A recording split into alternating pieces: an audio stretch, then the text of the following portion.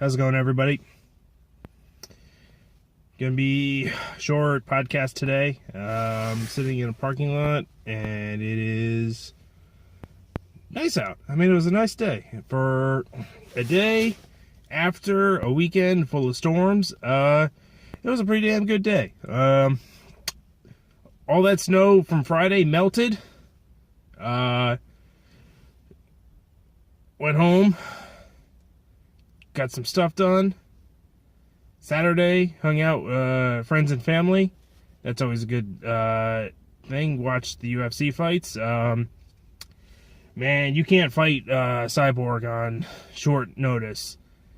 Like, that one girl, like, she put up a hell of a showing, but she was not ready. I mean, so mad respect to her for having a game plan, for having the guts to get in there. Then Sunday was the Oscars, and I fell asleep about an hour or two short of when it was over, and I woke up at 1 in the morning. I was like, God damn it, I missed the in memoriam. There were so many movies I didn't care about. I mean, they're good movies, but it's like Hollywood loves white people bummer movies. So when the Academy Awards come around, they give it to the war movie where people suffered and all that stuff, and then they give it to the people where it's like they're really excluded. I mean, so if you have like a someone who's gay having their first gay romance, that's award bait. Then you have movies that deal with racism. That's award bait usually if it's done well. Then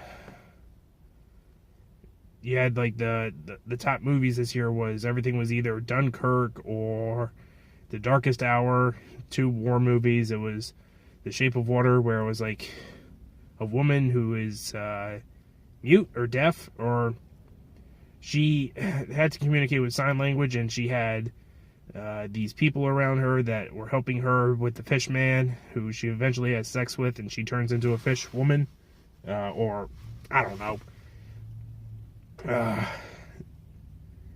That was Guillermo del Toro, by the way, so that is a good movie you guys should check out eventually. Then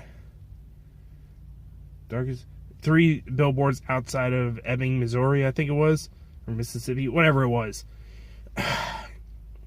It dealt with activism, but it didn't deal with activism in the traditional sense. It did inspire things like it ended up happening to Marco Rubio. Someone put out 3 signs. It's like, what have you done? Why haven't you done anything? Mr. Rubio? So, but I think the combined total for most of those movies were like $100 million at the box office, which I didn't do a box office bomb for the Oscars like I wanted to, because that storm on Friday took out the phone lines. It didn't take out the power, it took out the phone lines. So that took out the cell towers, it took out the landlines, it took out the internet, took out the Wi-Fi, and I couldn't even get data on my phone, and that's how bad it was. So I fell asleep, and I will say this: the set design this year at the Oscars was nice. That was a legitimate effort was put into it, and it was artistic, and it wasn't super gaudy, but it was nice. And that was that's what I think they did it because it was the 90th years, and there was a lot of jokes about La La Land getting the Best Picture award when it didn't. So, damn, that guy did a bad parking job. Anyway, I'm in a parking lot right now because I'm just hanging around. So, what else? This is going on 5 minutes now. I'm tired. I just drove 300 miles. I gotta drive another 70 to get home. Let's see, my goals for this week. I recorded it. Once I get internet back, I'm gonna upload it. I did a playthrough on Mega Man X, and I'm in the process of doing one on Donkey Kong Country. These are not complex games, not like they're simple, but there's a complexity to them. And when I was a kid, it took me forever to play these games because it's just a matter of getting the timing down, getting the strategy down. And as an adult and someone who's been through it before, I can buzz right through these things. But Donkey Kong Country, it's not as much as Super Mario World was. Like, in terms of platformers on Super Nintendo, Super Mario World and Donkey Kong Country are maybe neck and neck for best platformer of that generation.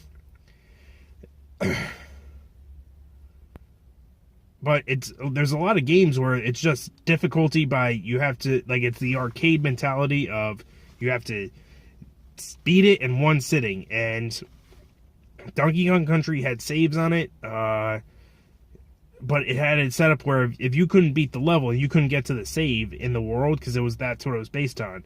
Once you opened up the save on the world that you were playing in, the area, it didn't matter. Beat the level, beat the next level, save. Beat the next level, save.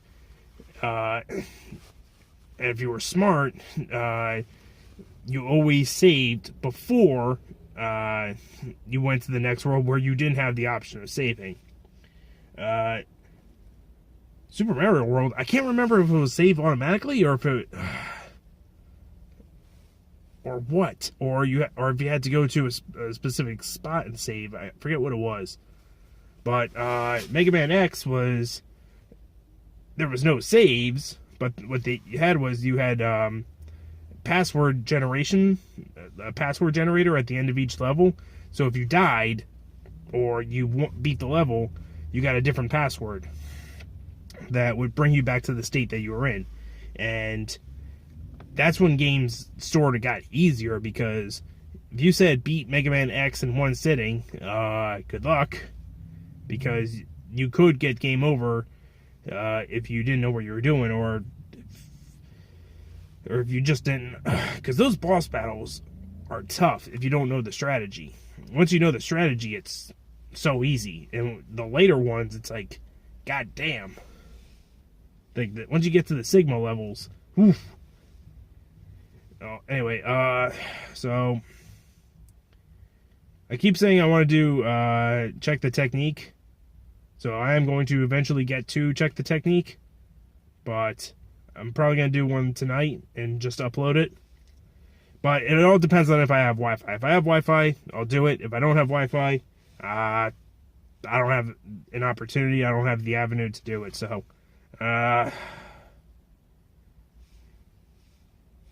okay, 9 minutes. Peace.